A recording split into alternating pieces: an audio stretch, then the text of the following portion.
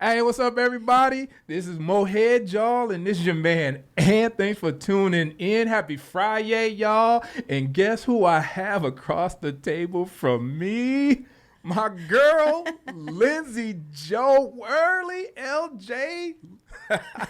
Yeah, preferred LJ, yeah. Yeah, well, what's up with It's you, awesome. girl? It's a great day down here from Bloomington. It's a nice drive. Mm-hmm. We're going to drink some beer, talk about beer. I think we got some beer. 3 beers. Shut up.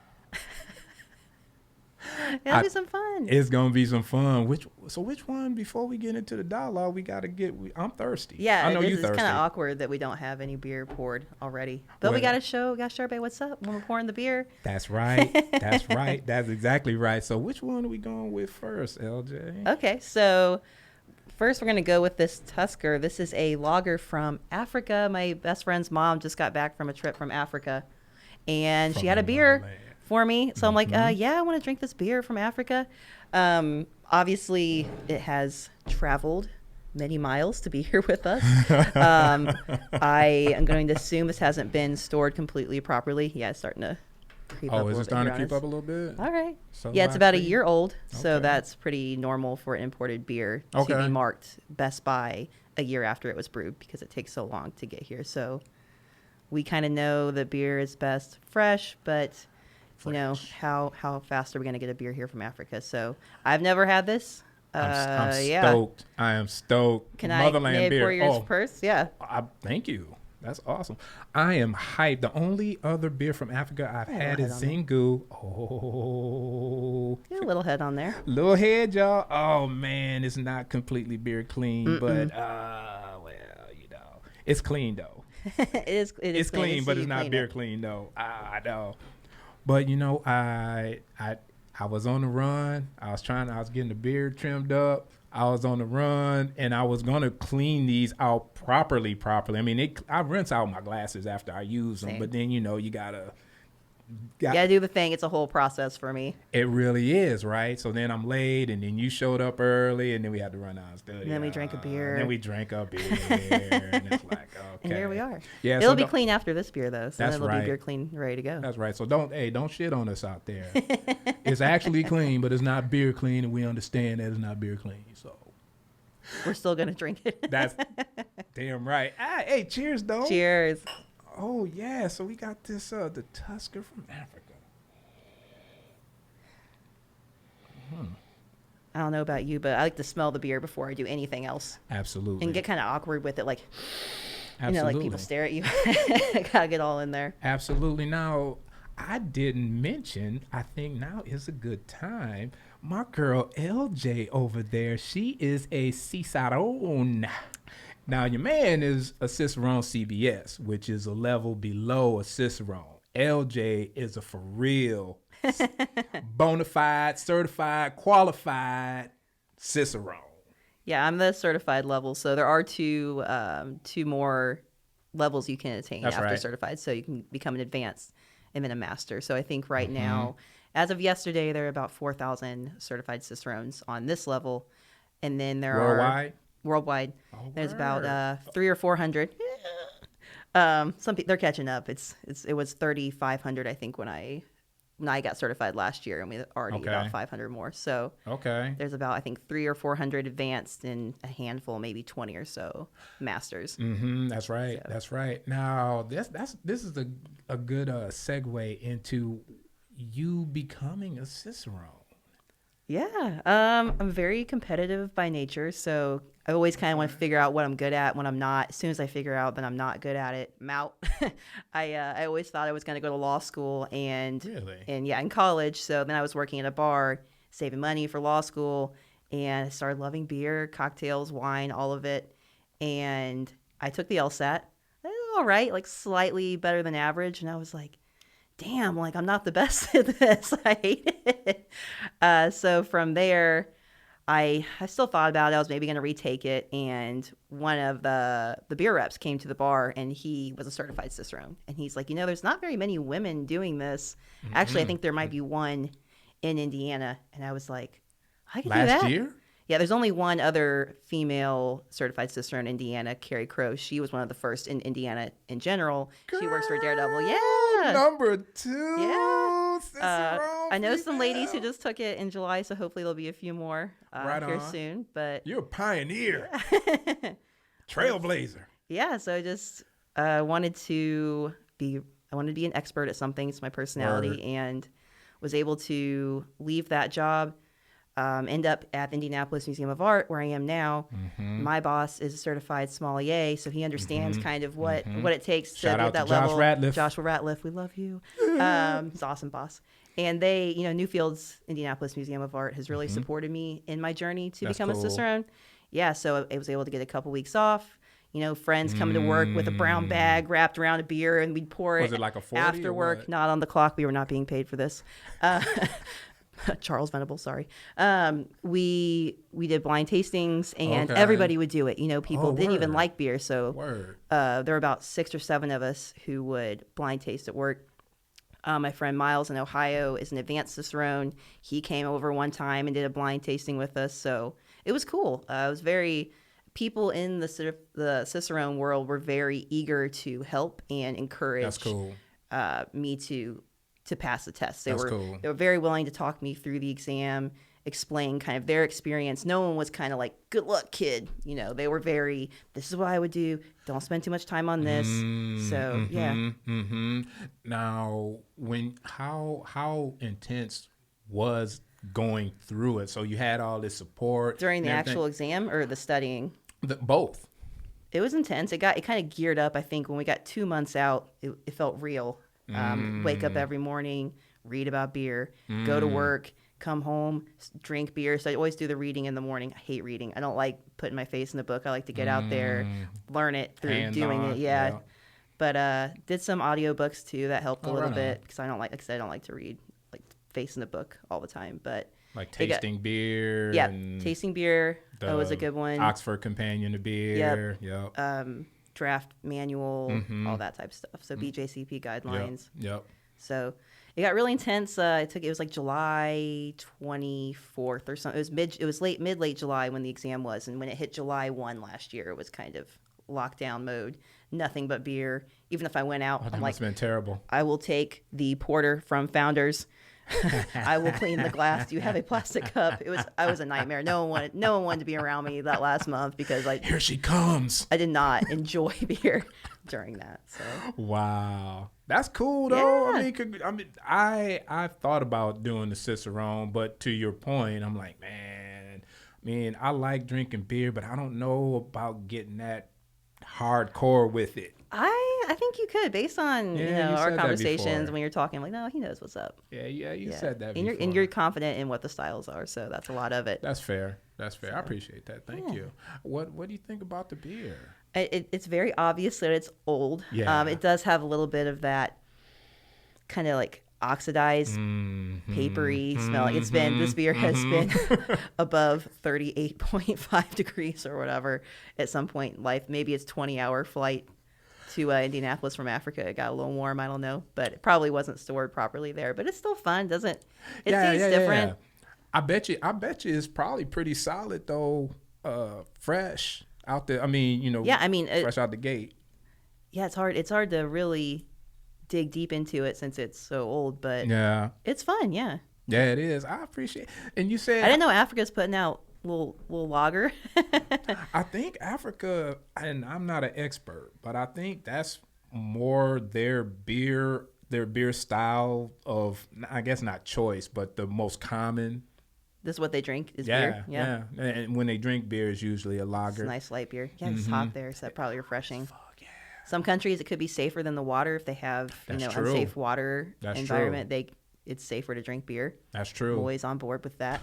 Be safe. Drink a beer. Don't. There's gross stuff in water. Just boil it out, make a beer out of it. Just boil it out, make a beer out of it. Well, and goddamn, look at that. The computer went dead on us. So I guess It's still I have to- recording. Oh well, it's still recording, but I don't know what time it is. So. It's What? fine. We'll just get lost in the depths of time. Hey, and we're back. We're back. And so you said how did you get to Newfields? I mean, first, where are you a Indiana? Are you a Hoosier? I am a true Hoosier. I've lived Okay. here my entire life. I'm from Richmond, Indiana. Oh, So okay. my Where's uncle, that? it's right over by the Ohio border. So all the way east, 70 east, all the way. Oh, okay. Okay, So gotcha. yeah, my Gotcha. uncle has a bunch of liquor stores there. So that's cool. Papa Joe's Liquor, shout out, excellent craft beer selection. Shout out to Papa Joe's Liquor. Hey, you might want to be a sponsor. I don't know. Yeah, we should get him in on that. Yeah. Man drinks good beer. So from there I went to IU for college, and I was working at a French brasserie there. So they had the good stuff like the Belgian beer, the German beer. But then that's when craft beer started really, really popping off, and you had regulars coming in for like, what keg do you have on now? We'd only buy like one keg. Of And you beer. worked there? I worked there for Okay. almost 3 years. So that's where I met my friend Andrew, who's certified Cicerone, and he encouraged me to do it. So I didn't even know that was a thing that you could do. Okay. Become a beer professional. Yeah. Yeah. Who knows that? What guidance counselor in any high school says, hey, you know what? You might want to become a Cicerone. They drink a lot of beer. Yeah, that's what they should tell you that when you get busted for underage drinking. Like, we have a career path for you. Girl, I'm telling you, and it's STEM. I mean, you could get into Yeah. brewing. That's STEM. You could do Cicerone, man. Well, I really like the hospitality aspect of it. That's what appealed to me. Right. I've always been in a situation where I'm either talking to people about beer or selling beer. That's why it appealed to me, because the Cicerone program is, especially at a certified level, is geared toward helping people have this excellent experience with beer, the highest level of hospitality, because you're Sure. serving it in the proper glass. Sure. The glass is clean. You can tell if it's proper or true to style or not. You're not going to serve bad beer because you know better. So you can speak to the history of it a little bit and just a little bit of everything. So Now, how often do you get a chance to do that at Newfields? I know I see you on Instagram. What's your Instagram handle, by the way? Lindsay Joe, certified Cicerone. Bam! Holla at the The homegirl little on R. I IG. have the little R that they like you to have. Oh, on the web right. profile. They So do. They are like They that. want you to Cicerone. have the R, and you're not allowed to say you work at certified Cicerone. Like That's right. you don't work for the Cicerone program. You are a licensed Cicerone. That's right. That's right. Do you get a chance to do that? Because I know on your Instagram, I see you take your team on field trips and different things like that. What exactly? I mean, you're involved in hospitality, obviously, but do you get a chance to do that with some of the patrons that come I through? do. So I run the beer garden at Newfields Indianapolis Museum of Art. So there's a cute little outdoor beer garden there. So It the is. venue it's pretty small. We have 4 drafts, about 6 or 7 cans. Okay. And the menu is mainly import or local.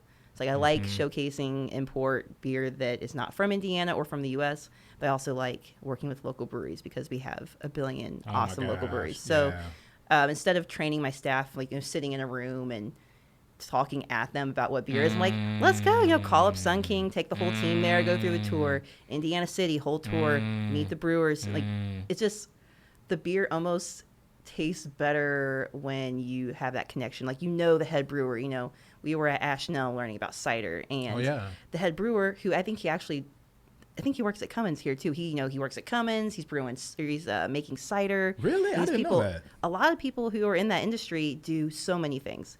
They had a 1-year-old or 2-year-old. The mom's like bobbing the kid on her hip, and they're making all the cider. They can barely keep up with demand, and like, you guys are killing it. Killing it. And it's cool for my team to see that. Like, wow, these are small business owners. Cider isn't free. Look at all this work that goes into doing it. I think a lot of people are quick. They have a buddy who owns a brewery, and they're like, "Hey, can you drop off like a couple kegs for us?" Yeah, that's their livelihood. They need to make money on that. That's They're right. employing a lot of people, so That's it's right. good. I like, if it's gonna hit this thing. Where'd he go? He's gonna yell at me. If we are close enough to the brewery where it makes sense, so about an hour range to go there and Okay. actually see it, meet the people, it's just invaluable to me, because now we have that story to tell when That's you're right. drinking a beer. So if you're drinking a Sun King beer, we've been there, we've met, the brewer, the assistant brewer. We're talking to you about McClure's cider. Jason McClure drove us around on his tractor, showed us the apple trees, showed us the way they're making the cider. So Nice. it's just cool. Yeah. Nice. So then we have those conversations with guests. They're like, wow, I really love this beer. And they're like, have you been to Indiana City? No, I haven't. This is where it's at. Then you have all the information. So, that's way more interesting to me than being like, this is a true to style IPA. It is a 60 IBU. It is 7.3%. It's in the higher upper range of proper ABV range for it. Like, you're just a robot and nobody cares about that. Like, what's cool is the story. And yeah, That's exactly damn right. good beer. It's like the story That's to right. match the good beer. That's and it's right. just, that's what it's about. That's right. Especially at Newfields and for me in the beer garden. That's the kind of vibe I want to go for. And isn't that beer garden? The beer garden is fairly new, isn't it? Third year. Yeah, this is my Okay. second year running it. Okay. So next year we will completely, by fall, remodel it to be even bigger and better. It's been so wow. successful. Yeah, it's Awesome. I mean, we were popping off. Popping off. It's trendy. The beer garden is trendy. Social media. It's I don't know. A girl was taking a picture of a charcuterie board and she's like moving the beer and she goes, "Beer garden's very trendy right now." I'm like, "Yeah, we're trendy." Is that right? Wow. Yeah, I noticed y'all charcuterie boards. Yeah, look they're good. there. It's all local stuff, and we learned that too. We went to Smoking Goose. They showed us how Smoking they bake Goose that. is the truth. We've gone to Tulip Tree Creamery in Schnaubeltier. Our cheesemakers. We learned how to make cheese, so we kind of know what's up with what we're doing there. You do know what's up. That's awesome. That's cool. Now, what are some of the places when you're off the clock? Where are some of the places you frequent? I stalk you on Instagram, so I see some of the places where you go. But what are some of your favorite places that you like to go to in Indy? I'm a creature of habit because I live downtown on Mass. Oh, word? So on Mass Ave, yeah. So I like to walk. Don't drink and drive. Do not drink and drive. If I can overshoot, go down to Metazoa, have a really, Metazoa, really good yeah. IPA, That hippopotamus is the truth. Oh my gosh, I may or may not have had 3 of those yesterday. They're so good. Which one do you like? The straight hippopotamus? I've had that one and the one Double with dry Grungeist. hop? No, I've not. Oh yeah, I have had the double dry hop Grungeist, one. I think right. that's might be Indiana City did something with Grungeist hops also. I'm pretty sure I It was had one Metazoa? I had at Books and Brews. They had. Yeah, people like that hop right now. with the Grungeist. The hop is like very, earthy or something. It's Very. Yeah, it's interesting. It's not for everybody, but it's unique. I like those earthy, danky, hop profiles. Personally. It doesn't match what people think about American hops or U.S. hops. But yeah, go to Metazoa. Yeah, that's my absolutely. move. Sun King's right down the road. Go to Sun King. I can get some cheese from Smoking Goose and like cool because everybody's always like, oh, like I don't want a Wee Mac. I'm like, they have like 30 beers on draft. I know. So when someone says they don't like oh, I don't like their beer, I'm like, well, do you know they have 30? So I think people are learning they have all different options, and then they have pachanga slushies and all the crazy stuff. Did you try the grapefruit jungle variants that they had a little while back? I love the straight up grapefruit jungle so much that I didn't try the.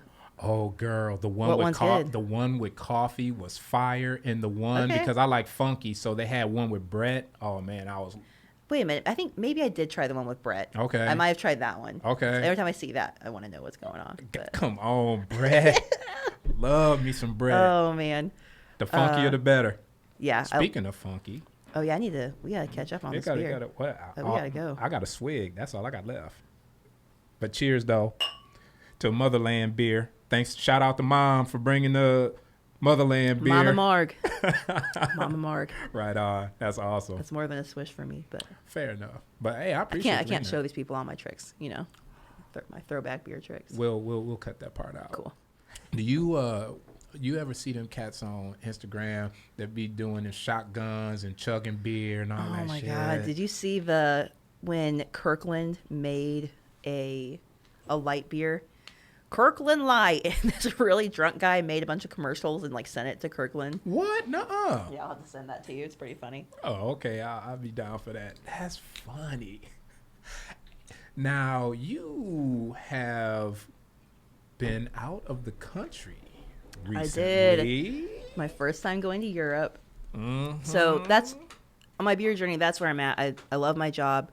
I have the opportunity to share my passion with other people and get the certified Cicerone. So kind of like what's next. And I do want to become a certified beer judge, and I want to go to advanced, but I think that's a long path. I don't want to rush it. It's going to take a lot of work.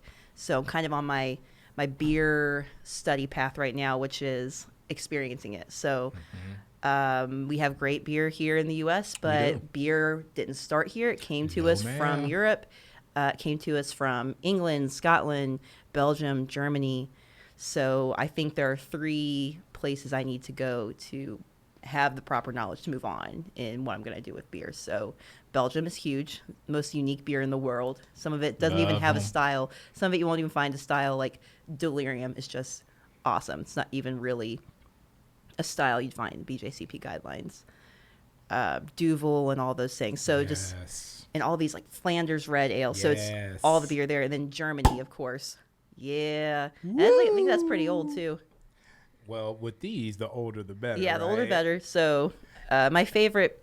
This is probably my favorite beer style. So in Belgium, there is a magical beer called a Gueuze, which Mm-hmm. is a blend of 3 years of lambic. So 1 year lambic, a 2 year lambic, and a 3 year. So someone who is the blender, like the master blender. So they aren't even usually actually brewing the beer; they're just blending it. So they'll buy it from somebody else. I didn't know that. Yeah. Really? So it's whereas the brewer is not getting the credit here, the blender is actually getting the credit here. Oh. So it's usually like one master blender who might be like 80 or 90. He's like a And, mix master. and people taste with them, right? Because if that guy just dies or that gal just is gone, Right. how do we make sure this blend is there? So they're always tasting with apprentices or assistant blenders. So I didn't know that. yeah, I gotta get rid of this water. Oh my gosh, I can smell that funk all the way over here. USC 2014, 2015. Yes. Oh my God, I love Boone too. Yeah, so this is Oud Goose Boon. Mm-hmm. So Oud means old. Okay. To see. So obviously, we have 2014, 2015. I think they have to ballpark it like that since it's aged for so long. So Okay. there's probably might even have some of it in from 2013. So what's really cool about Goose is that it is naturally fermented. So no yeast was added into this to give it alcohol. It got that naturally from the air, and that can only happen in Brussels and in Belgium. They're saying that is the only place truly that you can call it a goose in the lambic. Is that right? So it's like they put it in this big coal ship. So it's exposed to oxygen. It's exposed to bugs. Like there are bugs in this beer. That's what makes it funky and sour. So all the microorganisms in the air are getting sucked into this beer as it cools in a cool ship, right? We don't, there might be some in the U.S., but I mean, there's people claim that it can only taste like this if it happens in Brussels. But that yeast would be native to that land, so that makes sense. So it's very specific to Right. that terroir. So Right. that's what makes it really cool. Mm-hmm. In my opinion, this is like the original sour beer. Everybody. Girl. I mean, preach, this is preach. and I think I got this off the shelves for maybe $12 or $13. Next to there might be a local sour beer for $30. I know. Which is crazy because this one you traveled all the way. It's three years to get the amount of lambic to blend it into a goose, ship it over here, put it in the warehouse, get it to us, and then pay $13-14 to take it home. It's crazy. It is, but like you were talking about earlier, before we even got on the show, you were talking about the logistics of getting that beer here to America. And I never really thought about that business aspect of it to say, oh, well, geez, you have all these different hands that it touches, and each one of those hands is some money involved. Even here, people, I think we're finally getting to a place with craft beer where people are willing to pay for it, because wine just has this price, like this, almost, that's not a factor with wine. You're like, oh, this is $50. You don't even think about it, but you would never pay $50 for beer. But people who think that way. But with beer, I think we're finally getting to a place. But yeah, I mean, for this to cost $14, it took 3 years to get the lambic to blend to make the goose.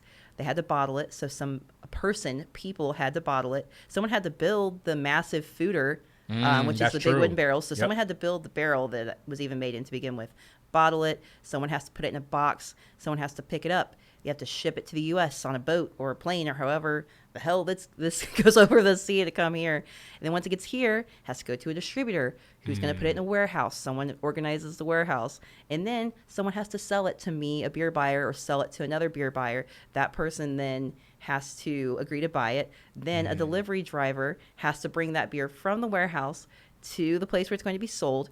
Someone who has to receive it there has to pay the bills to turn the fridge on to keep the beer cold, and then has to hire the staff that's going to clean the glass and pour the beer and give it to the guests. So, I mean, it's really, when you think about how many hands have touched this beer, it's not, it's not unreasonable to ask proper amount of money for it. I paid $13 for that all day long. And it's funny, you go to places, I was talking to you before about like Party Pack on Stop 9 or whatever.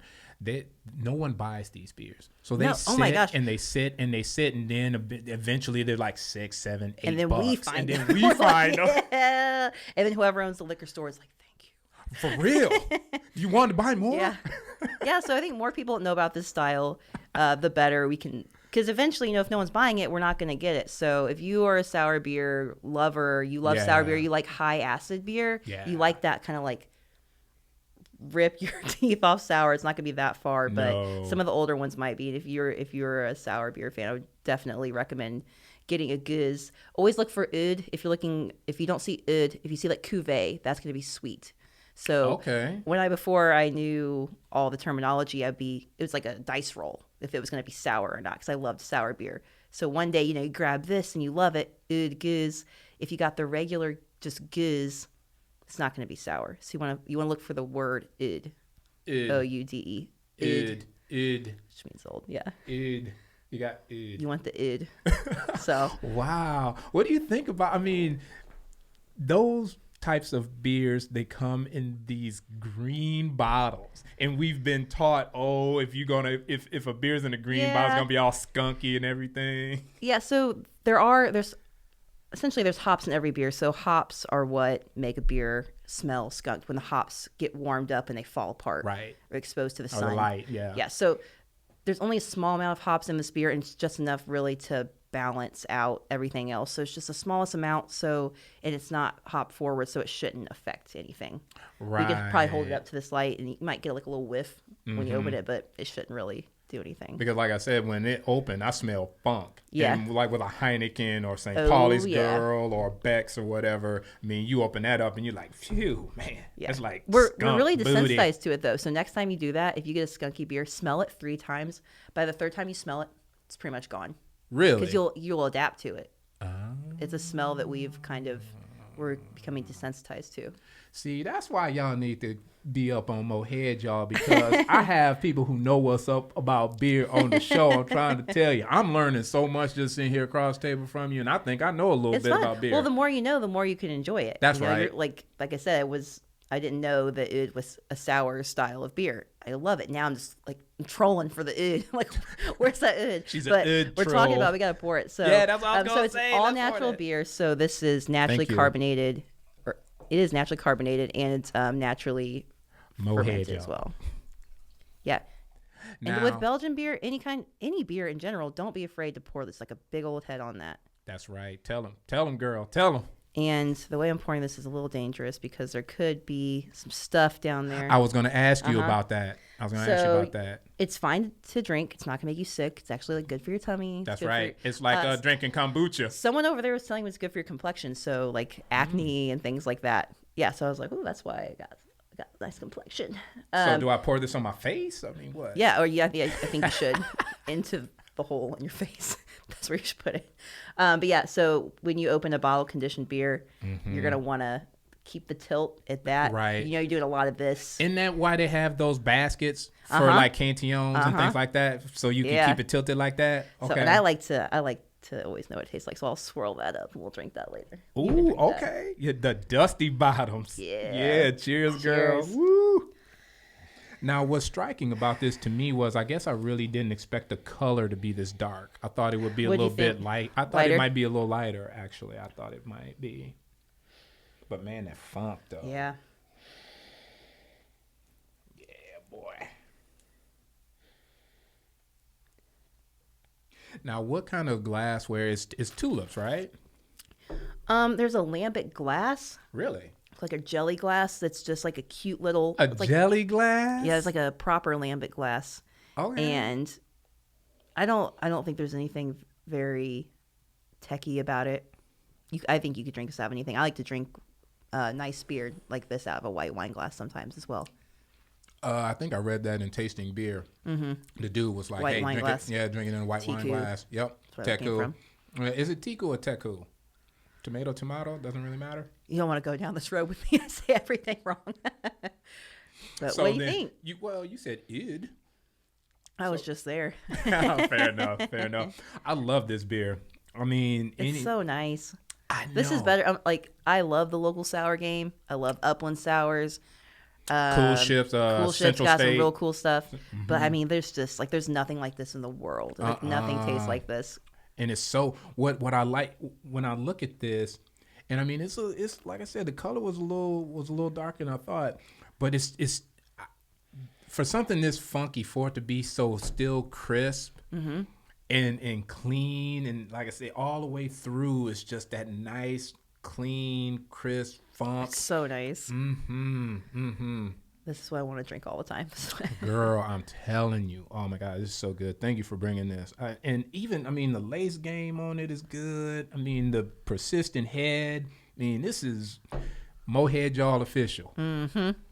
And this beer style is not super carbonated anyway, so it's good with food. You can drink a lot of it. What would you drink this with? I like this as a starter beer for an evening. Okay.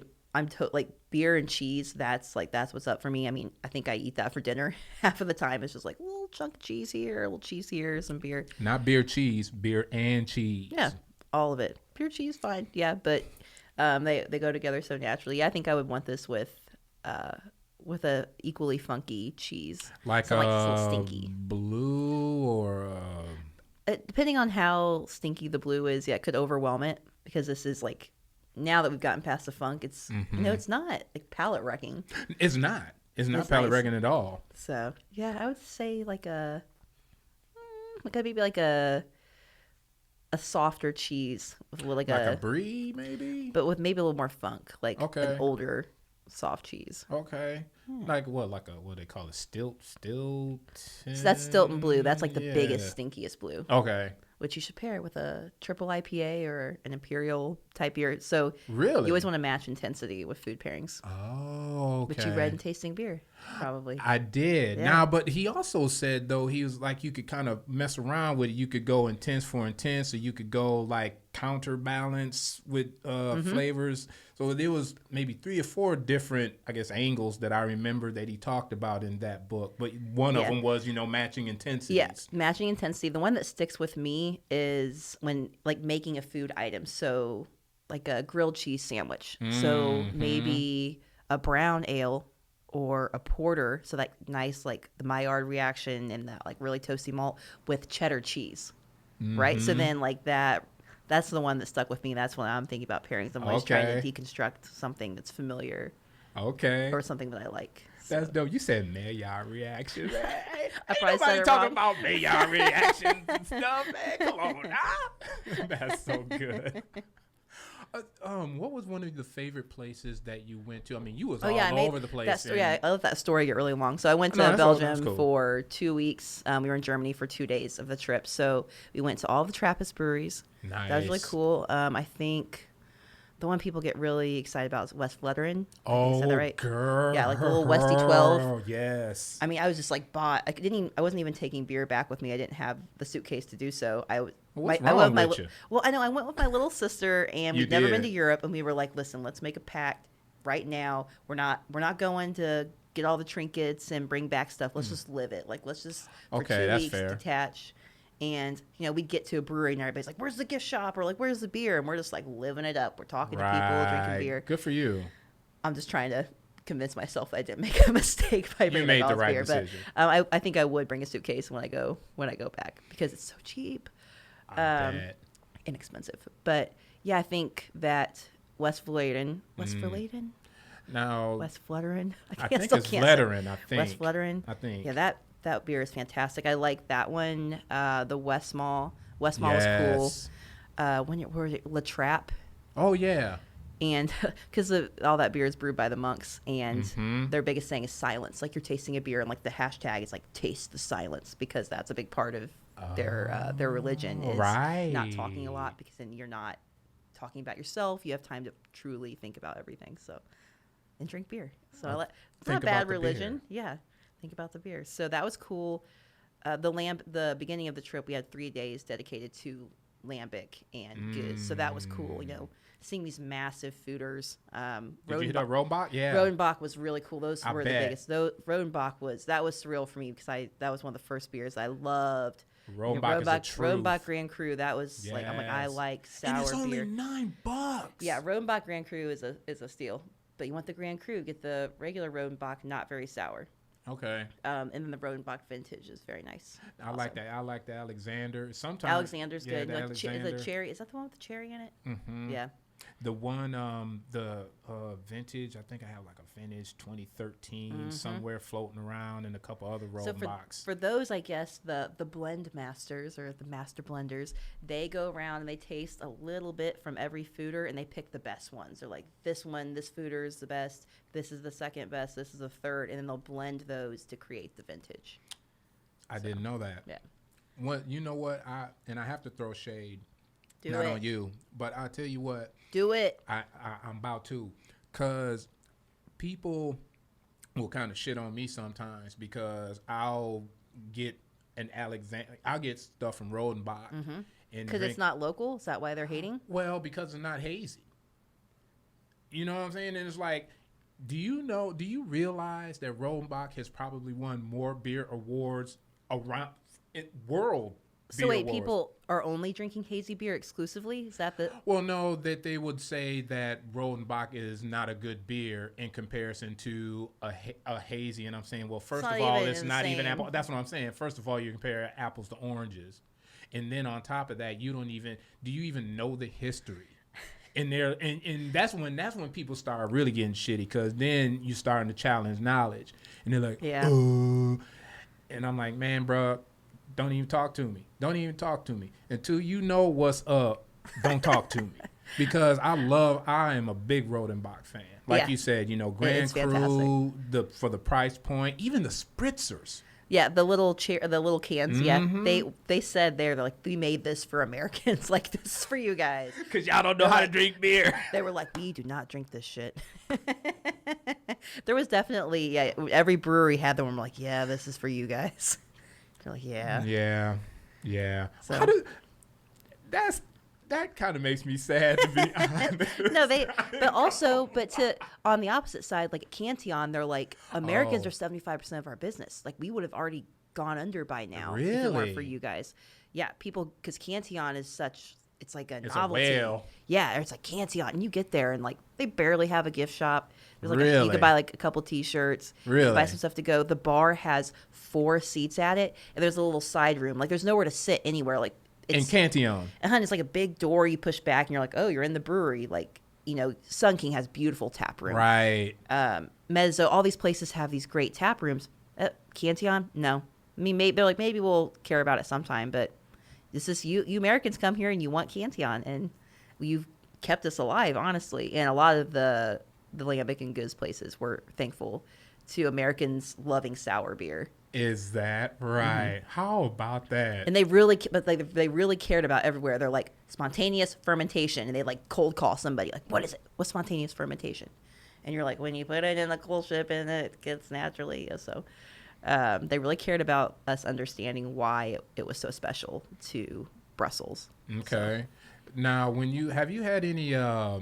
What's some of the like Hudson Valley or KC or Hill Farmstead or Speciation, some of the, I guess, trending beer brands that are in the sour game. Have you tried any of theirs? I don't think so. Yeah, Really? I genuinely feel like I live in this bubble of import and local. Like, every once in a while, a beer will start getting attention. Like Toppling Goliath coming to Indiana from Iowa. It's great beer. So. Oh, no question. Yeah, so tried that, but I really. Yeah, I like the old school stuff. Okay. I kind of like lay back and wait to see what will happen. Okay. Before I make any judgments. What do you think? Being in the lane that you're in and knowing what you know, these breweries, they're chasing these trends, and you see Big Beer, they're setting trends, kind of. Natter Days. Oh, the spiked seltzers and the hard water and all that kind of stuff. Where do you see the beer industry going? I mean, in the lane that you're in and what you do, I'm sure you're plugged into that and you're in the know because you know people. Yeah, I mean, I see what people buy, at the beer garden. They won't, like, Blood Orange Blonde from Fort A. Ray. Fantastic beer. It actually is very, very good. Am I going to drink that all the time? Probably not. But if you can convince yourself, if you like a wheat beer or you like a Hefe, you'll do a Blood Orange Blonde. But that's not something I'd choose. But you put that on the menu, it's our number one seller anytime it's on. Yeah. No, I mean, that's what people want. There's something about blood orange they like. Or I had like a guava goza. Or I have a pina colada sour coming in from Collective Arts next week, which is super rare to Indiana. It's like 40 cases locally. Really? It's pina colada sour. It probably has like lactose, all this crazy stuff. I know. I don't even know what it's going to taste like, but it doesn't matter because it's called pina colada sour. I will have no issue selling it. I'll probably sell it out the first day. Shut up. Yeah. You get that much traffic through your beer garden? Oh, yeah. Especially when it's nice. It's all weather dependent because it's outside. Oh, sure. But I think that we're seeing all this crazy stuff like glitter beer and these crazy names and, and can art stepping up its game. Like, I mean, this like really sexy looking beer can from Bare Hands. But because it's so competitive, I was just at Cons, Fine Wine and Spirits, before I saw you to get a couple beers. And it's so competitive. And people... that's all they have. If they haven't seen that beer, all they can do is see it. That's right. And they're drawn to that crazy artwork or the crazy name. That's right. So I think it's just breweries competing to survive because a lot of these people got into beer because they were home brewers. They love they're certified beer judges. They're certified Cicerones. They are legit people who know what the style is. But it's hard to get millennials and I didn't mean to use the M word, but it's hard to get that younger drinking crowd out of bed for a Pilsner. It's like, oh my, yo, dude, that beer festival, you try that Pilsner? You tried that Pilsner over there? Nobody stand in line for Pilsner. So you go, Winterfest, like the Brewers Guild puts on these awesome beer festivals. No one leaves those festivals like, oh my gosh, I had this wonderful cream ale. I do. We do. Yeah, right. That's the majority. They leave and they're like, dude, I had this triple double dry hopped banana pumpkin donut sour and it was awesome. Like, what was that brewery? And it's like, so someone like screwed up a batch of beer. Like, oh no, it smells like bananas now. Let's throw this in it. And then it got so bad they kept throwing stuff in it. That's probably not the case with everyone, but you know what I'm saying? It's like, that's how you're going to drive people to your brewery is you get that little hook. So maybe your brewery is 2 hours from Indy. Why is anyone who goes to Winterfest going to travel to see you for a Pilsner? But if you have a really cool beer that they want to go drive, maybe they'll be like, hey, you guys want to drive up to BrewLink. Yeah, exactly. Because they got some cool stuff that get people excited. 2 times. But if they start getting that reputation that they're going to have this exciting beer that used to be skeptical non-beer drinker who's now into this sour milkshake type of beer is all about it, and that could maybe pay the bills for them and keep them open another year because that's what I think. So well, the Brewers Association, I read an article maybe 2-3 days ago, and they were talking about people just wanting new. They want that new everything. Yeah. Like, to your point. But I also see, 450 is a phenomenon here. And the fruited Berliners. I mean, basically anything with fruit, to your point about blood orange and the fruited IPAs, things like that. People love those fruited beers. And then Mick Ultra. 2 weeks ago I read that Mick Ultra is the number 3 beer. Yeah, we get a lot of requests for it. Do you really? It's fine. Yeah, my dad drinks it. I'm gonna go home and see my dad tomorrow. I'm not a hater. He's gonna have some Mick Ultra in his fridge. I'll drink a Mick Ultra. I will too. There were a couple days in Belgium. I was I wasn't tired of that beer. I'll never be tired of that beer. But you drink a Delirium and a Duvel and you just drink all this big stuff, and you're at a bar and you're like, big stuff. I remember this one bar I went to in Antwerp. I was like, can I have a Heineken, please? And this guy, what? And this guy goes, we're nice here. He's like, but don't you ever come into a Belgian bar and ask for a Heineken, sweetheart. And I was like, he actually said that to you? He's like, we don't sell that shit. He's like, would you like a real beer? I didn't realize there was like a Belgium hating Heineken situation. No. Really? I just wanted essentially carbonated water. So I really wanted a Heineken. Wow. So anyways, that was a thing. That happened to me, not quite in that same context, but I remember I lived in Wisconsin for a while, and I went to Milwaukee, Okay. ordered a Bud Light. It was like the record just said, and Yeah. everybody stopped and looked at me, and I was like, oh yeah, I forgot. I'm in Wisconsin. I'll take that Miller Lite, please. Thank you. Big beer, Miller Lite, InBev, that beer has its place, and it is the cleanest, most technically perfect beer in the world.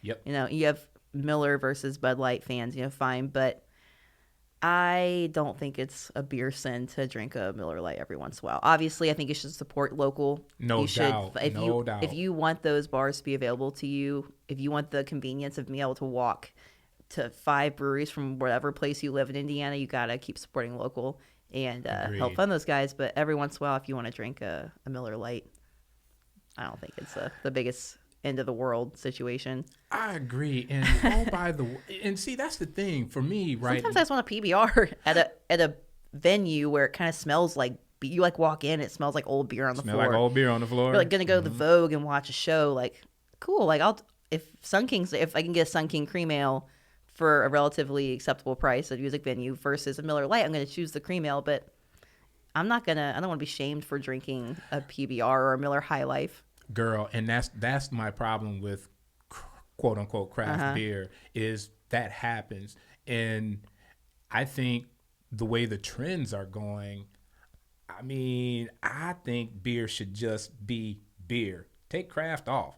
It's just beer. Yeah. And everybody unite. Big beer needs to quit acting like big beer, and small beer needs to quit acting like small beer. We just need to act like beer because we have these not throwing shade on ciders, but that's something not beer. And you have these seltzers and these waters and spirits and all of these things. Liquor. Yeah, you have these things that are encroaching on beer. And me as a beer lover, I want beer to stay the way that it is and then get better or stronger or more people get into it. But people, I think quite a few people who would maybe become a craft beer person because craft beer people throw shade on them because they're drinking a Miller Lite or a Bud Light or a Budweiser. They're like, well, fuck, why would I want to hang out with these motherfuckers? Yeah. And they're throwing shade on me because I'm drinking a Budweiser. And oh, by the way, you used to drink that shit before you got all bougie. That's why beer's fun. There's no rules. I'm saying. It's not like a red wine glass versus a white wine glass. Like, I love wine. There's no shade to be thrown at wine, but it's like beer is supposed to be approachable. It's supposed to be easy. That's right. So it's you could sit here like we are and think about it and evaluate it and talk about what it smells, or you can just enjoy it. That's right. You can do both. And I think we're doing both. Right? We are doing both. We are doing both. That's awesome. I know. It's so fun to hang out with you. You know what? I tell you what. I was so happy to have bumped into you when Josh. When we went, that was so fun meeting. It was kind of like we just like smell each other like, oh, you like beer? You like beer? But I was stalking you a little bit though, even beforehand, because when Josh invited me up, I was looking around and I found you because you work in the new fields, and I was like, oh shit! And I saw that you were Cicerone, and you were the first Cicerone that I knew of. I mean, I knew there were Cicerones in the States, but they're hiding everywhere. They're lurking behind every corner. But you were the one, I was like, yo, I might be able to actually meet a Cicerone. And I was hoping I was going to meet you that day. And then turns out it did. And it was just like boom, boom, boom, boom, boom. Yeah, and then I was like, cool. Yo, we need to chop it up on a microphone because it'll be fun. Yeah. Yeah, we should do this for like 24 hours. Just like 24 hours. That would be fucking LJ and Ant. One beer an hour. It might happen. It could happen. We could do like a beer marathon for charity or some shit. And it's like people are calling in, put their information on the screen. Thank you, John. John has just donated $50. And cheers to you, John. It'd be like the Jerry Lewis telethon for beer type shit. So watch out for that. It's probably going to happen. It's likely. It's likely. Oh, my God. Another thing, I don't want to go just talk about my Europe trip, but in Germany, so we did alt beer in Dusseldorf, and then we did Cologne. So we had the Kolsch. It's only real Kolsch in the world can come from Cologne. You can do a Kolsch style beer. Some very good ones here. Daredevil makes a fantastic Kolsch. They do. It's really damn near close to Daredevil the real makes thing. good old school beers. They make good German beers and even some English styles. But and it's hard to get water in in Europe. Like you're at a beer bar and like they're never going to bring you a water like you do here. So like you ask for a water, they're going to bring you like this cute little glass and it's going to cost like €5. Yeah, everywhere. I bet I spent €200 on water and toilets. The water closet toilet. You have to pay Water to pee. closet. You got to pay to pee. You got to pay to drink water. So like it's this boat. It's so weird. It's not. I mean, I was back. I was like, oh yes, like all of this is free again. But anyway, so we're in Germany. Free to pee, y'all. Keep it And free you're to just- pee. Yeah, free to pee. 2020. Put that on somebody's. Put that on some. Hashtag keep pee free. Yeah, Mohead y'all for Prez 2020. We will never do this to you, America. Coming for you. But we really were so dehydrated because this was the end of the trip. So it's like, I'm dying. It's like I'm so dehydrated. And we're in Dusseldorf and the server comes over and he's got the little thing with all the beer in it. And he's like, you know, when you order, you know, you've seen Inglourious Bastards where they find out. I have not. Well, there's a scene where they find out that they're undercover because the American orders like this. Because like it would be Germans do this. Like if you like take a beer, you go like this. You would never be like. Oh, okay. This. So it was cool. Okay. So we wanted like 3 or 4 more beers. We're like, you know, we go like this, and I'm like, could we also please have a water? And he like looks at me. I'm like, Wasser? I'm like trying to say it in German, and he like slams down another beer and he goes, "This is water." He goes, "Others for children." Are you kidding me? And he was like, I thought he was being funny. I'm like, it's fine. I was just kidding. Like, I love being dehydrated. It's so fun. Yeah. No, They you couldn't get a go water. hard You over have to there. ask for water. I mean, any convenience store I found, I would just buy a case of water and bring it with me because water was so hard to get and it was expensive. That's Yeah. Because that culture, mind-boggling. that culture is very conservative. Like, we want to conserve our water and you don't need a water. Like, drink a beer. Yeah. Wow. For lunch is more common to drink a light beer than it would be to order a glass of water. Now, I mean, a lot of my lunches go like that. Yeah. Day Same. drinking is Yeah. a thing. Oh, I'm empty. I cheer you on that. Yeah. But So beer was definitely a huge part like of Belgian culture and German culture. It's so natural to them. And there's no like, oh, you're drinking a beer before noon. Absolutely. yeah. Who doesn't? Oh, you Americans. Yeah. Oh, they could see us coming a mile away though. I bet. Yeah. Americanos. Yeah. They loved us. Gosh. Well, at least we're keeping their sour scene alive. Yeah. Especially with Cantillon and all that. They loved it. They loved the Americans. Like, you love our beer. What was the one style that you drank over there? I mean, I'm sure they were all fantastic, but the one that you was like, man, if I could get this every day. Orval had a lot of these Really? Trappist breweries have like a smaller beer that's only available there that they don't import. Okay. So, yeah, Orval had a what was it called? Orval Extra, or it was like 4.5% or something. It was like a nice little hoppy beer because you still taste the hops because it was so fresh. So that was cool. Some of the little beers for the monks, I think they're called singles. Singles. Because they go double and triple. So they had singles that were just for there. Those are really cool, and that's not something that we can get here. What are what was the highest ABV beer that you found over there? That Westy 12 got up there a little bit. I bet. Duvel, I mean, that just sneaks up on you. That beer is so nice. Maybe 8.5. There were some 10% beers. Belgian okay. Golden Strongs, Belgian Triples. Sure. And they're so highly attenuated. They're just like these crushable light beers. That's why it's called Duvel, Devil. You know, it's like, yeah, Yes. it's got you. It got me so many times. The devil, Bobby Boucher. It's like, oh, I just want a light beer. I'll only order the 10% one.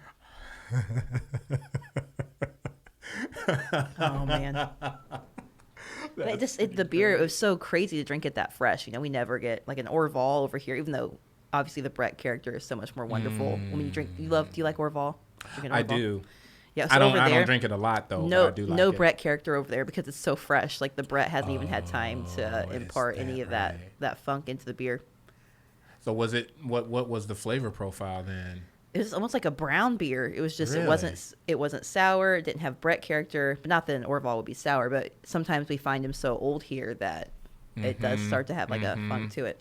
It tastes like a Trappist beer, I guess. Like, you know, like a malty, nice dark beer Okay. without the Brett. No, that was the main part. Yeah. How about that? Wow. It was cool. It was just cool. Yeah. How about that? Well, Let's go 2020. 2020. Let's just quit our day jobs. This is your job. Yeah, let's do this. I mean, this is like pretty start a much what I GoFundMe. do. Like, please help LJ and Aunt travel the world and drink beer. I mean, We'll send you y'all- pictures. I mean, we'll send you pictures, beer giveaways. I mean, we Yeah. can make this happen. Yeah. And we talked about this too. Yeah, we're gonna We can do make it. this happen. We Yeah. can make this happen. I think we know enough people, and Yeah. I think we're likable enough to where we can make that happen. Yeah. And you went with My little sister, you. Yeah, you went with your little sister, and you said who led the trip. Ron Smith. Yeah, leads Ron these trips. Smith. Yeah. So, excuse me. He's a master beer judge. Like, there's only like 100 of those in the world. Sandy also lives in Indy. She's a Grand Master Judge. So these are some. And Indianapolis is home to some of the highest ranked beer judges that exist. So, I didn't know that. So they'll, Ron's like judged beer over there. Like, he'll be like Over there? We're like walking through La Trappe or something, and Ron's like, "Yeah, I judged that beer. Like, I thought it was pretty good."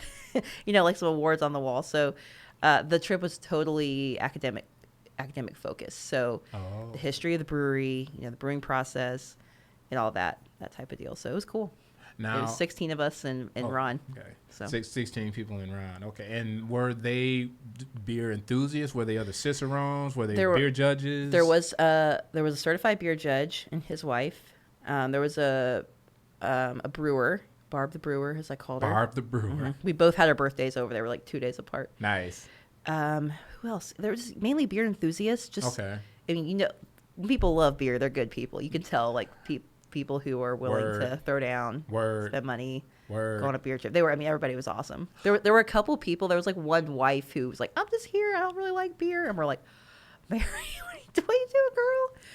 Spend $1 billion to go not drink beer." But Yeah, that was one thing that you mentioned. You said to the actual trip, you said the ticket to get over there wasn't very expensive at all. oh no, yeah, I flew into Paris, so Indianapolis has a direct flight right into Paris. You can Okay. get pretty affordably. Okay. So it's like $650 for a round trip. See, and you're saying that It was a horrible overnight flight where I like slept on my sister's shoulder, but worth it. It was worth I was gonna say that's what sisters are it. for. It was worth it. We like take every 10 minutes, like try to sleep. Like death glare, the person in front of you turn on the light. Like, the plane's Oh, totally dark. And I'm right.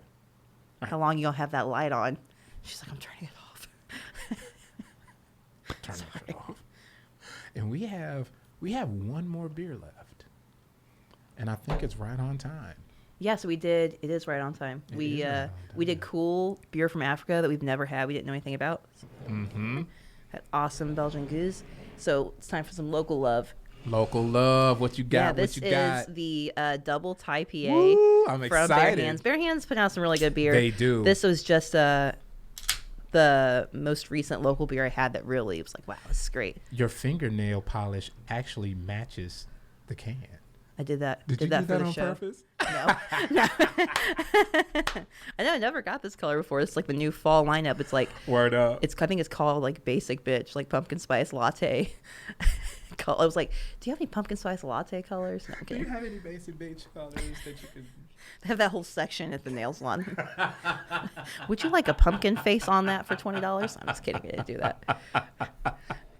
So yeah, this is an American double IPA with Thai PA, so it has Thai spices. I think the most, my opinion, the most dominant is the lemongrass. Lots of lemongrass. Nice. So- I'm excited about that. Oh, thank you. Get over here. Oh, you don't have to tell me twice. And Mohead, y'all, look at that. Look at that. Yeah, it must be fresh. I was trying to find a date on it, but yeah, don't be afraid to pour aggressively with anything. I was like, that little Please. side tilt was made for impatient Americans. Like real people are willing to wait. We lived a hardcore life over here, boy. I think I Oh, gave myself more than you. hey, that's okay. Yes, I mean the artwork on this is sick. That's sexy. I like that artwork. And they got a big and they got like the Oh yeah, from it's Street like Fighter. there's an elephant. We got two. Look, there's an elephant. We got elephants everywhere. Elephants must be a everywhere. thing. Cobras on this mug. Mm-hmm. Tigers. Okay. Now I'm a big fan of the Thai PA. Yeah, And this luckily, is like 10%. So glad we're that splitting all? it. shoot, that's a warm up Yeah. beer for me. Absolutely. It smells great though. It does. You It get that smells fresh. lemongrass? Mm-hmm. And see, please support your man with this, because the head. I mean, when you pour a head on a beer like this and those bubbles start popping, that's aroma. Yeah. Am I right? Yeah, I mean, so the head, that's like, it's trapping in the aroma of the beer. So it's doing a lot of things. So the head is, something is a healthy beer, is brewed properly. You pour a beer and there's no head on it, something has gone wrong somewhere in this process. But some beers, that's the style, right? Some of them. Yeah, so that's why it's the more you know. That way, because what if you don't know anything and you pop open, like, it's like a lambic and there's no head? You're like, well, this beer doesn't have a head on it. Like, obviously, if you knew what you were talking about, you know that's not. Right. Anyways. Education is key, y'all. Get educated. If you're drinking outside, if you have a nice big head on your beer, it's protecting it from becoming skunked. It's protecting it from the sunlight. So there's a lot of positives to pouring a good head on a beer. It looks right. It looks right. It looks right. It is right. Oh my gosh. And LJ, your Instagram stories that you were posting, I mean, it was a head on every fucking beer. So every beer you posted had a head on it, like, bam. That's big beer. So Belgian beer is the most carbonated beer that exists. That's what they do, bottle conditioning. So we were at Orval, and 17 of us around a table, and we all have our Orval, and it's like, who can pour the biggest head on their beer? You would have died. I won, obviously, because I am the best at pouring all the head on the beer. Everybody else is drinking their beer. I'm still down here like, I'm at 5 inches down here, and everybody's like, we don't care anymore. We just want to drink the beer. I'm like, I won, right? Like, I won. I totally won. Yeah, it was cool. Hell yeah. You could, like, a little finger and flip the little foam off with your hand. It was so thick. Oh my God. Yeah. See, Isn't this fun? Yes, it is. I like this beer. I do. This is the first time I've had really good job. IPA. Yeah. As far as weird flavors in beer, I think this is pretty original. Mm-hmm. It's natural to hop. I mean, like, there are hops that smell like lemongrass, so it's still natural enough for me to appreciate. Sure. Well, what made you pick this up, other than the fact that it was local? Just because you liked the double IPA? Yeah, no, I had this. Shanna from the Brewers Guild brought this to a ladies' night a couple weeks ago. Oh yeah, there was lots of good beer. Shanna's there, but and I was surprised. I got excited. It was like fun I got excited about a crazy beer. Like, to me, this would be something out of the norm. I usually, like I said, I'd be more apt to get excited about a Pilsner, but I was like, that's pretty damn good. Mm-hmm. I'm getting probably more lemongrass and Thai spice. Mm-hmm. I think they're including that in the Thai spice situation, but it's good. No, I picked it. I just went in. I didn't have a beer I wanted to bring to drink with you. I was like, we got to talk about local beer because it's so good. What do I pick? Right. And I just walked into Conn's, and I was like, oh, there it is. Mm-hmm. That's it. Maybe it was because I just got my nails done. Maybe I thought maybe it was like calling to me. I don't know. It has to happen. I wouldn't put it past me. So yeah, I do. I like this. That's fine. I like this. I like that. And I'm a fan of lemongrass, and I really get a lot of lemongrass on it. Not overpowering, but just very flavorful in that flavor is pronounced. Yeah, and I like that. It's very drinkable. Mm-hmm. I think this will be great with food. Oh yeah, what would you eat with this? Can I get some spicy Thai dish? Yeah. Yeah. Or some noodles. I want some noodles. Don't y'all have a noodle shop up at the? It just closed. So the noodle shop is closed. It was awesome. Oh my gosh, it was a pop up though, right? Yeah. So we have because like the whole thing having a culinary arts department, we made our own noodles. Our sous chef Emma was like literally every day making in-house handmade noodles. Awesome. God damn it! I wish I would have got up there. You really to messed get that. I did. I did. I thought it was gonna be a thing forever, but you and everyone else, it's over. God damn. We have a big harvest festival coming up, so we have all hands on deck for that. So okay. Oh yeah, so I want to do a mini plug for our harvest festival. Is that okay? Plug away. Yeah. So 50 acres of fall is the theme of the event. So it's October 3rd, 4th, 5th, and 6th, Thursday through Sunday, and Newfield's outdoor campus will transform into the 50 acres of fall. So the beer garden, which is normally wonderful and beautiful, will turn into a little Indiana Oktoberfest.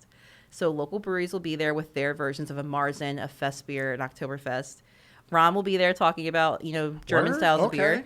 My friend Jenny at Great Fermentations is going to be home brewing all weekend. Nice. So before you even drink a beer, you're going to smell a home brew happening on site. Caleb from Sugar Creek Malt is going to be gonna be malting right there. You're going to smell some caramel malt. You're going to smell it. And then Ryan from Crazy Horse Hops is going to have all of his freshly harvested hops there. So it's Girl. like, here's hops, here's malt, and then Jenny's going to be using those for the homebrew. So if you're thinking about homebrewing, come ask some questions. We'll help you out. Yeah, it's gonna be cool. Is it a cost involved with that, or do you just roll up? If you're a member, or what? it's only $5. Oh, And we right. just we're gonna sell like 10,000 tickets to this, and we just started sales 3 days ago. We've already sold like 2 or 3,000 of the tickets, so it's gonna sell out pretty quickly. And if you're not a member, it is $15 or $20. I think it's 20. So Okay. it's highly incentivized. It's incentivizing you to become a member. Right. 'Cause then, It's like $50 to be a member. Is that? It's like $50 for a single for a membership. year. For a single membership a year. That's you what can I hang thought. out with me in the beer garden all the time if you're a member. So, yeah, it's gonna be cool. So harvest, and then we'll have some local chefs, some out of town chefs doing food demos. We'll have wine. We'll have whiskey. Apples and animals. McClure's Orchard's gonna be there with baby horses and goats and apples. You can like pet a goat and eat an apple. Drink some cider. Yeah.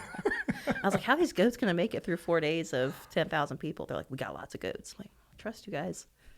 And we only picked the strongest goats for this event. Mm-hmm. Wow. This is gonna be cool. You should come out for that. I'm thinking I will. I was gonna ask what. Just come help us out at the beer garden. We'll just like throw a Newfields t-shirt on you. You'll like just be like a celebrity employee. So can I wear a Newfields t-shirt and a Mohead Y'all hat?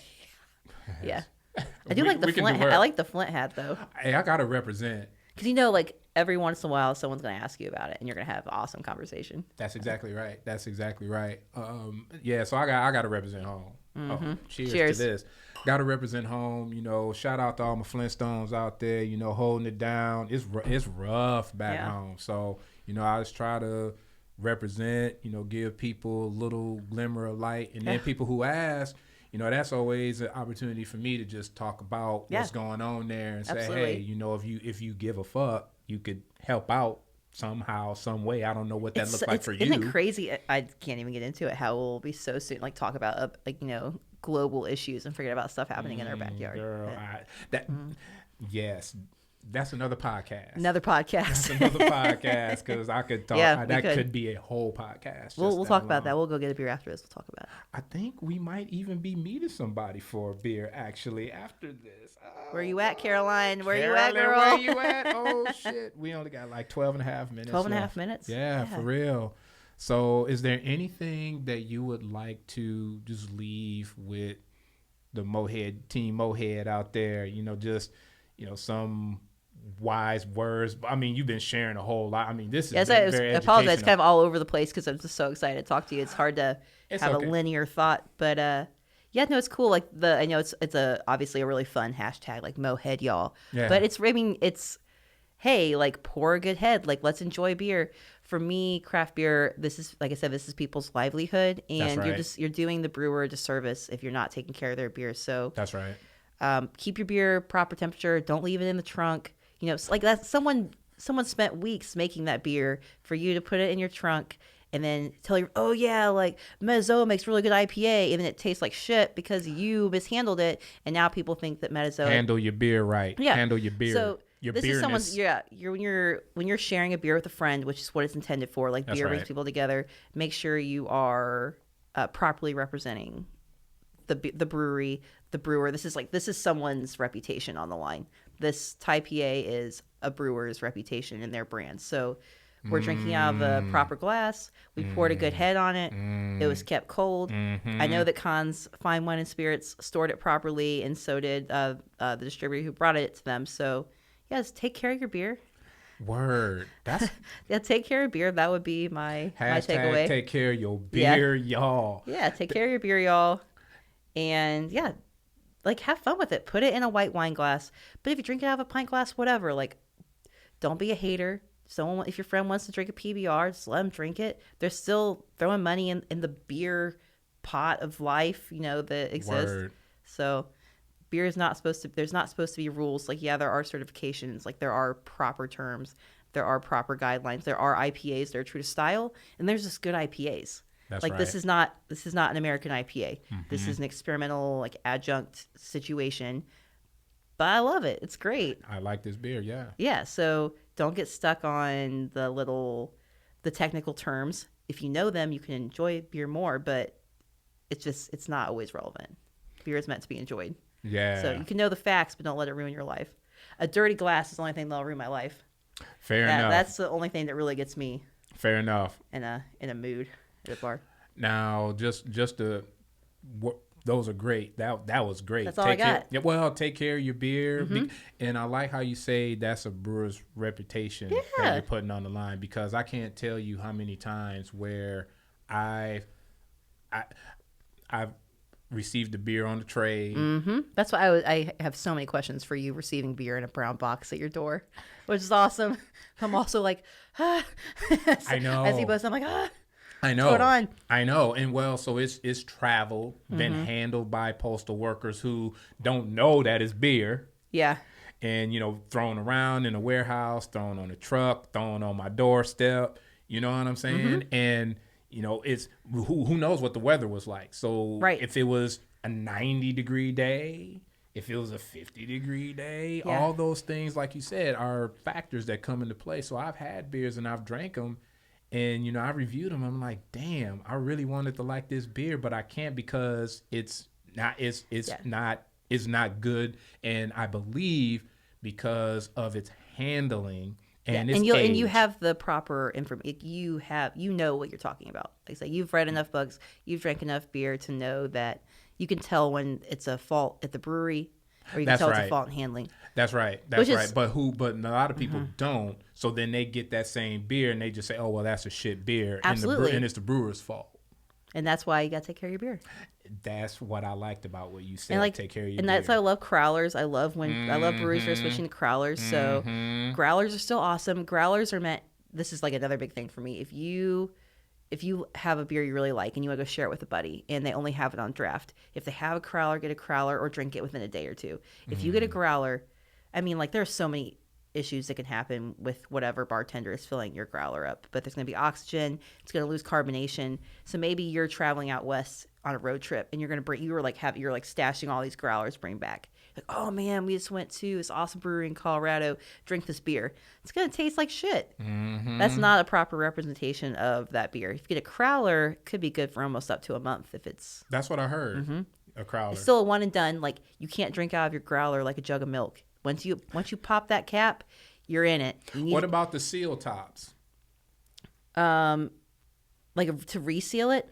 Well, so not so much. Well, growlers. Some of them have those flip tops, like the Grolsch bottles. But it's still been Still the exposed to same- oxygen. same It's still going to lose carbonation. Well, it's going to yeah. be flat. Okay. But like, it's know your style. Like if it's a cask ale, if you're going, yeah, and that's what the Kolsch and the alt beer all coming out of a wooden cask. Oh, God. Girl, Yeah. don't get me started on Yeah, cask but it's beer. so good. But you just you're just doing the beer a disservice. Oxygen is not your friend. Heat's not your friend. At times, not your friend. Light, not your friend. Yeah. I will say, when I went to Bell's, so Yeah. back home, I went to Bell's and I got a growler, and they had the seal top, Yeah. and they put it in this little look like a Star Trek transporter type It's like shit. one of those like pressurized growlers with the CO2 on them. I guess it was. So they took the growler. No, I can't show it to you when we get back. They put it. So they had the growler and it had the flip top. They stuck it in this machine and it's in the door like, and it had like ultraviolet light in it. Yeah. And Because they care about their reputation and they have the funds. They're big enough. They have the funds. They had the funds. Yeah. Because at the time they said there were only maybe 7 or 8 breweries that had that type of system, and that's while even though maybe a best brown ale from Bell's will still live on because the quality will never suffer. And that's the only exactly way. right. That's exactly And they right. can't because they have the money. Right. But they're willing to invest it in that instead of cutting a big check for themselves. Or it's not cheap to. It's not an inexpensive piece of equipment to maintain. It's not. And they said that Larry Bell, he said, we want the people who drink our beer at our tap room to have the same experience when they take it home. And that's why they invested It's really in this important. equipment. And Yeah. I will accept no hate on Sun King for being like a big local brewery because they're just doing it right. They could get rich off of how popular their beer is and call it a day, but Dave and Clay are working nonstop. They're investing a lot of money back into the business. They care about the quality. They have a lab. They have the I didn't know highest. that. Last I checked, and it's always changing. They had the highest employment for women in the beer industry, which is obviously important to me. Really? Their I didn't know assistant that. brewer is Kelly. She's awesome. She's one of those badass brewers that I know.